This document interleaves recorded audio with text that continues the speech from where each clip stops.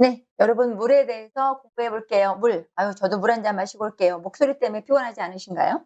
여러분도 물 좀 저부터만 좀 마실게요. 아이고, 좋습니다. 자, 물. 물은 여러분 H2O죠. H2O. 인체의 중요한 구성 성분이며 신체 우리 체중의 60 내지 65%가 물이다. 이런 얘기입니다. 자, 물의 기능은 뭐 효모와 효소 활성, 뭐 반죽 온도 조절하고 뭐 이런 것도 만약에 시험에 나온다면 여러분들이 상식적으로 한번 생각을 하시면서 꼭 뭐 외운다고 하기보다 상식적으로 이해를 좀 하시면서 풀면 '물에 대해서는 기능은 우리가 알 수 있지 않을까?' 이렇게 생각이 됩니다. 정작 시험 문제는 경도에서 나오죠. 경도. 경도. 자, 물의 경도가 뭐냐? 물에 칼슘염과 마그네슘염이 녹아있는 정도를 말합니다. 그 양을 탄산칼슘으로 환산하여 ppm. 또 요게 시험에 잘 나오네. 자, ppm이 뭐냐? 몇 분의 1이냐? 요게 시험에 정말 밥 먹듯이 나왔던 것 같습니다. 영어로 parts per million이죠. 100만 분의 1입니다. 100만. 100만. 자, 100만. 100만 기억해 주시고. 정도에 따라 물은 연수, 아연수, 악영수, 정수 이렇게 나뉘어지지요. 60을 기준으로 해서 60 미만, 60에서 120, 120, 180, 180 이상. 자, 이렇게. 예, 우리 여러분이 꼭 먼저 제일 알아야 되는 건 악영수입니다. 무조건 악영수. 제빵에 가장 좋은 물이 뭐냐? 1번 문제로 많이 나옵니다. 시험 문제에서 1번 문제. 근데 1번도 몰라가지고 고민하고 있다면 좀 깝깝합니다. 깝깝해요. 고구마 10박스 먹은 것 같아요. 1번 문제로 제가 많이 나왔던 걸로 기억합니다. 네, 빵에 가장 적합한 물은 악영수인데 이 악영수가 반드시 악영수가 아닐 수도 있죠. 지역마다 전 세계적으로. 물이 자체적으로 연수일 수도 있고 정수일 수도 있고 그렇습니다. 연수라고 한다면 워낙 좀 찔쩍거려요. 물 자체가 부드럽고. 그래서 이때는 흡수율을 줄여서 사용한다. 가스 보유력이 안 좋으니까 이스트를 좀 소금과 함께 증가시켜라. 이스트푸드와 소금을 증가한 반죽에 힘이 붙죠. 좀 단단해지죠. 거꾸로 우리 지역 물은 경수야. 그렇다면 발효가 안 돼요. 반죽이 딱딱한 효과가 많이 생기니까. 그럴 때는 이스트를 늘려야 됩니다. 발효가 잘 안 되니까. 또 효과적인 메가를 넣어 주시면 또 가스 발생력 좋아집니다. 이스트푸드를 넣으면 반죽이 더 힘이 붙으니까 약간 줄여 주시는 게 좋고 수분량을 좀 증가시켜서 빵을 만드시는 게 좋겠다. 요 조치 사항도 여러분들 기억하시고 제빵에 적합한 물은 악영수고 물은 단위는 ppm이고 여기서 나와야지. 이 시험 문제가 여기서 나와야 됩니다. 물에서라면. 근데 어쩌다 한번 pH에 따른 물의 분류도 시험에 나올 수 있습니다. 여러분 산성물과 알카리성 물이 있습니다. pH 7을 기준으로 해서 산성이냐 알카리성이냐. 자, 산성물이 발효가 촉진됩니다. 또한 이럴 때는 글루텐을 또 용해시켜 반죽이 잊어지기 쉬우니까 물을 좀 중화시켜서 사용하는 게 좋겠다. 이런 얘기. 알카리성 물일 때는 발효 속도를 지연시켜요. 얘가 발효가 잘 안 된다는 얘기. 또 약간 빵 색깔이 노르스름하게 나오고 부피가 작게 나와요. 자, 이럴 때는 또 산성이스트 역시 중화시키라는 뜻입니다. 이거는 옛날에 한 번인가 본 것 같지. 여기서는 요거 읽어보시고 이런 현상이 있구나. 요거만 알고 가시면 되겠습니다. 자, 좀 복잡한 유지류 발음이 안 되지. 예. 목소리가. 원래는 좋았어요. 자, 유지류에 대해서 공부해 보도록 할게요. 유지류는 세 분자의 지방산과 한 분자의 글리세린 또는 글리세롤이라고도 하는 요것에 결합된 유기화합물입니다. 실온에서 고체인 fat, 지방과 액체인 오일을 종칭 유지라고 합니다. 자, 유지의 종류를 우리가 이제 배우게 될 텐데 가장 많이 아시는 게 버터지요. 버터. 네, 버터. 자, 이 버터는 우유의 유지방으로 제조하지요. 수분 함량 16%입니다. 돈이 없는 거 아니에요. 다들 100%인 줄 아는데 아니에요. 우유 지방이 이렇게 많고요. 대부분 14, 17%입니다. 이 버터는 융점이 낮고 가설성 범위가 좁다. 다시 말해 잘 녹아요. 금방 녹고 금방 얼고 금방 딱딱해지고 또 금방 녹았다가 내가 좀 그래. 가소성 범위가 좁다라는 게 이렇게 온도 변화가 심하다 이런 뜻입니다. 중점이 낮아 입안에서 잘 녹고 특유의 향이 있죠. 특유의 맛이 있습니다. 또 특유의 색도 있죠. 네. 요거는 이제 버터의 색 같은 것도 또 조금씩 다르죠. 어떤 건 하얗고 어떤 건 노랗고 그렇죠. 네. 버터의 색을 결정하는 거는 참고로 그 젖소가 뭘 먹었느냐에 따라 달라진다고 합니다. 예. 풀에 카로틴 색소가 많이 있기 때문에 이걸 먹은 카로틴 색소가 많은 풀을 먹은 젖소에서 나온 우유로 만든 버터는 좀 노란색이 진하다고 하지요. 예. 괜한 얘기했나? 죄송해요. 자, 다음 100 그램 중 수분 함량이 가장 적은 건 뭘까요? 요거 시험에 잘 나옵니다. 여러분 밀가루입니다. 밀가루는 13%쯤 있어요. 마가린 16% 있고요.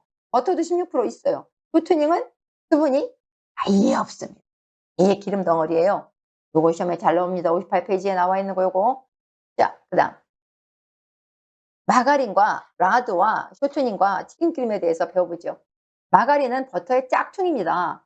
마가린, 버터의 대용품이죠. 식물성 유지로 만듭니다. 똑같이 짝퉁을 만들어야 되니까 지방 함량, 우유 함량, 수분 함량을 우유로 만들었죠, 얘는. 수분 대신 수분을 우유로 넣어서 영양 강화 시켜줬고 소금이나 유화제 넣었습니다. 얘는 오히려 버터보다 가소성, 유화성, 크림성 억지로 이제 만들어준 거니까 얘네들도 좋아요. 버터보다 작업성이 좋습니다, 마가린. 그런데 풍미가 떨어진다. 자, 라드는 돼지의 지방이에요. 돼지의 지방, 돼지 지방. 우리나라에 징겨 부쳐 먹던 거. 아이고. 자, 보존성이 떨어지며 품질이 인정하지 않다. 일정하지 않다. 가소성 범위가 비교적 넓은 편입니다, 얘가. 그래서 비교적 넓고 쇼트닝성을 부드러움을 준다 이런 얘기입니다. 하나 크림성 이런 건 낮은 편이고 쇼트닝이라는 건 뭡니까? 그것도 라드의 또 짝퉁이네. 라드의 짝퉁입니다. 뭐 어차피 돼지에서 나오는 게 한정적이니까 소에서 나오는 버터가 한정적이니까 마가린을 만든 것이고 돼지에서 나오는 게 한정적이고 정해져 있으니까 쇼트닝을 만든 겁니다. 그래서 쇼트닝도 짝퉁이고 요것도 수분이 없다 이거 나와 있죠. 무색이고 무취고 무미입니다. 얘는 전혀 맛도 향도 색깔도 없는 이런 아이입니다. 가소성의 온도 범위가 넓습니다. 예. 그다음에 표트닝성이 있고 크림성이 좋다 이런 의미. 그다음에 유지의 종류 중에 빠져서는 안 될 튀김기름이 나왔습니다. 튀김기름 액체죠. 요거도 수분이 없습니다. 쇼트닝과 튀김기름도 수분이 없습니다. 꼭 기억해 주세요. 요거.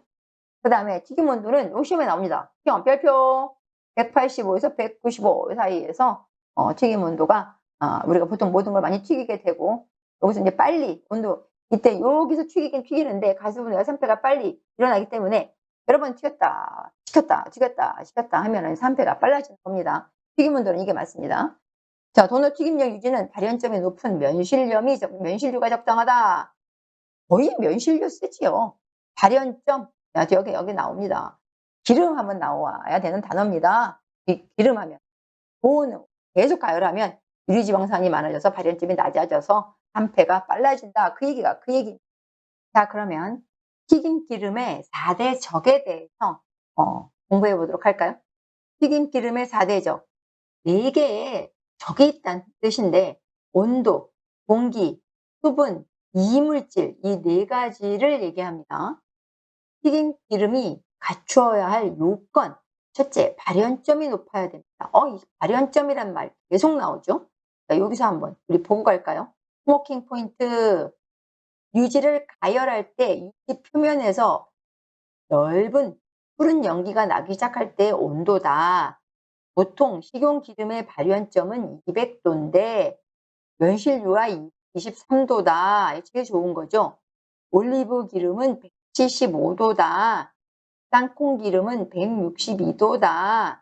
지난번에 한번 여기 시험 문제에 나온 적이 있습니다. 가장 발연점이 낮은 기름은 뭐냐? 이런 문제도 나온 적 있습니다. 그럼 발연점은 다시 말해 기름이 타는 온도를 얘기합니다. 연기가 발생하는 상태, 연기가 발생하는 시점을 발연점, 그런 타이밍을 우리가 발연점이라고 하는데 높을수록 좋은 거죠. 높을수록 좋은 겁니다. 이것은 산패에 대한 또한 안정성이 있어야 된다. 쉽게 산패가 생기지 말아야 된다. 산패가 생기지 않아야 된다. 이런 얘기고 불쾌한 냄새가 나지 말아야 된다. 저항성이 크고 산가가 낮아야 된다. 다시 말해서 산패가 안 이루어져야 된다. 제품이 냉각되는 동안 빨리 응결돼야 된다. 이런 얘기입니다. 튀김기름이 갖추어야 할 요건, 요것도 시험 문제. 튀김기름의 4대적, 요것도 시험 문제. 자, 발연점 중에서 가장 튀김기름에 적합하고 발연점이 높은 기름이 뭐냐? 요것도 시험 문제. 자, 유지 파트에서는 시험 문제가 나올 굉장히 많습니다. 그 범위가 굉장히 넓어요. 튀김기름으로 그냥 적합한 것은 아까 얘기했던 발연점이 가장 높은 기름이 좋은 거다. 유지의 화학적 반응. 유지의 화학적 반응은 자, 산패, 가수분해, 건성 뭐 요런 얘기가 나오고 있죠. 자, 유지의 산패, 산패, 부패, 변패 이런 단어가 나올 겁니다. 산패는 유지를 공기 중에 오래 두었을 때 산화돼서 불쾌한 냄새가 나고 맛이 떨어지고 색이 변하는 현상을 산패. 뭐가? 유지가 한마디로 썩은 겁니다. 이걸 우리가 산패라고 한다. 또 가수분해란 단어가 나왔습니다. 가수분해가 되는 과정에서 모노글리세리드, 디글리세리드 같은 중간 생성물을 만들고 결국 지방산과 글리세린이 되는 과정이 있다. 지방의 유지가. 또 가수분해 속도는 온도 상승에 비례하며 이랬습니다. 유리지방산 함량이 높아지면 단가가 높아지고 튀김기름은 발연점이 낮아진다. 산패가 이루어진다. 이런 얘기입니다. 자, 또 건성류, 또 불건성류 이런 게 나오고 있죠. 이중결합이 있는 불포화 지방산의 불포화도에 따라 유지가 공기 중에서 산소를 흡수하여 산화, 중화, 복합을 일으킴으로써 점성이 증가하여 고체가 되는 성질을 우리가 건성이라고 합니다. 건성. 고체가 되는 성질을. 그래서 요오드가가 100 이하는 불건성류, 100에서 130은 반건성류, 130 이상은 건성류 이렇게 얘기합니다. 자, 건성류 한번 보고 갈까요? 금방 위에서 나와서 고체가 되는 성질이 건성류라고 아까 나와 있는데 종류에는 아마인류와 붉게 들기름이 있어요. 이게 건성류고 반건성류는 세종류, 연실류, 참기름, 콩기름이 있고 불건성, 고체가 되지 않는 그런 기름은 히마자유, 송백류, 올리브유가 있습니다. 여기서도 가끔 시험 문제가 다음 중 건성류가 아닌 것을 고르시오. 불건성류가 아닌 것을 고르시오. 반건성류가 아닌 것을 고르시오. 이런 문제가 만들어진 적이 있습니다.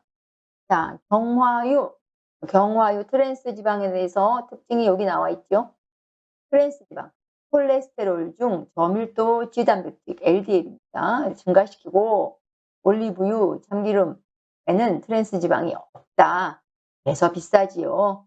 자, 요런 것도 한번 읽어보고 하겠습니다. 유지의 안정화와 유지의 특징, 유지의 기능에 대해서 공부하면 유지에 대해서는 끝납니다. 좀 길죠? 자, 집중해 주세요. 졸지 마시고. 땅. 유지의 안정화는 안정화, 다시 말해서 안정시켜주는 과정입니다. 유지가 쉽게 산패하거나 유지의 이런 상태를 우리가 좀 어떻게 좀 유지할 수 있도록 해주는 방법이 없겠느냐? 상태를 항산화, 산화를 막는다. 그 말에 항산화, 산화 방지제, 그 다음에 수소를 첨가하는 방법, 이 두 가지가 있다. 이런 얘기입니다. 두 가지가. 항산화제, 산화 방지제, 요거는 산화적 연쇄 반응을 방해함으로써 유지 안정 효과를 갖게 한다. 항산화제의 물질이 뭐가 있을까요? 비타민 E, 코코페롤, 이름이 두 개. PG, 프로필갈레이트, BHA, BHT, NDGA 이런 게 있습니다. 다음 중 유지의 안정화를 위한 항산화제가 아닌 것을 고르시오. 항상 아닌 것을 고르시오. 그 다음에 항산화 보완제, 보완제. 여러분, 항산화제가 따로 있고 항산화제 보완제가 따로 있는 겁니다.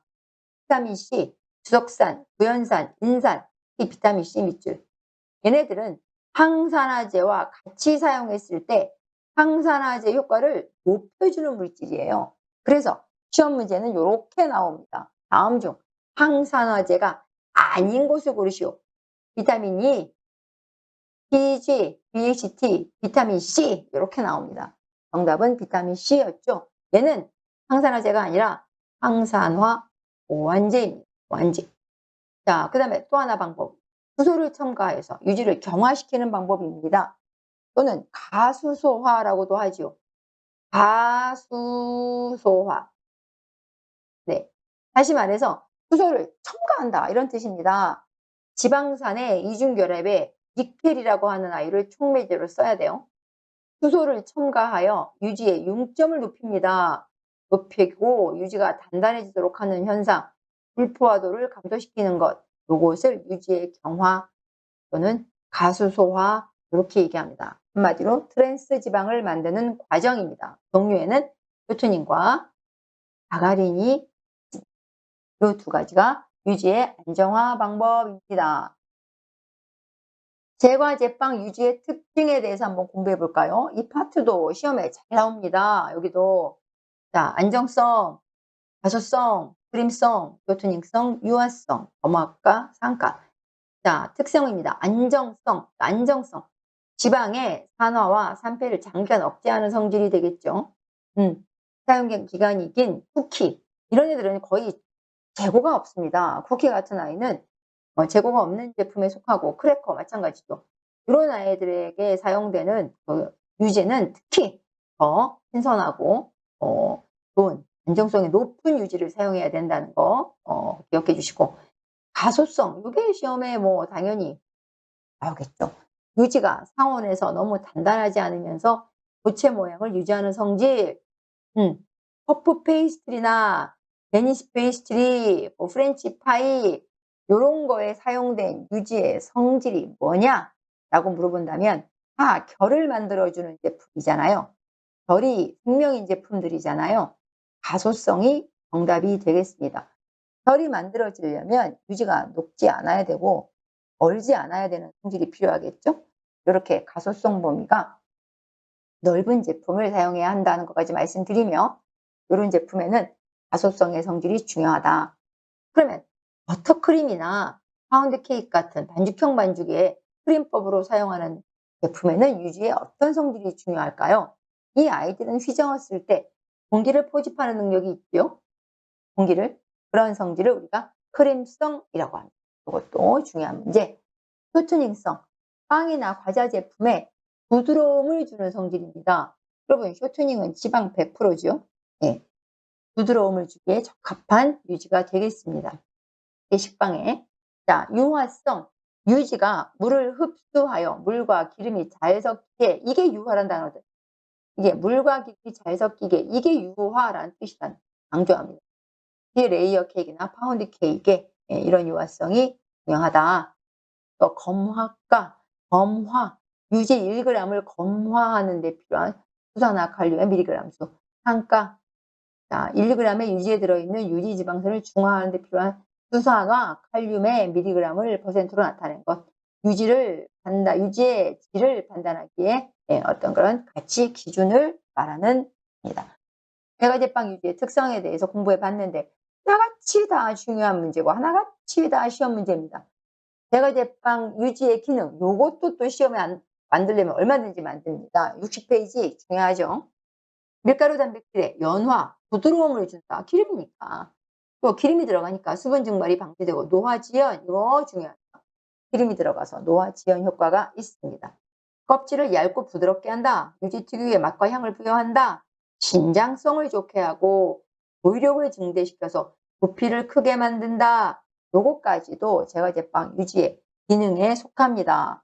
자, 이런 역할 제과제빵에서 유지의 기능이 아닌 것을 고르시오 라고 나온다면 여러분들은 외운다기보다 잘 이해하셨으면 좋겠습니다.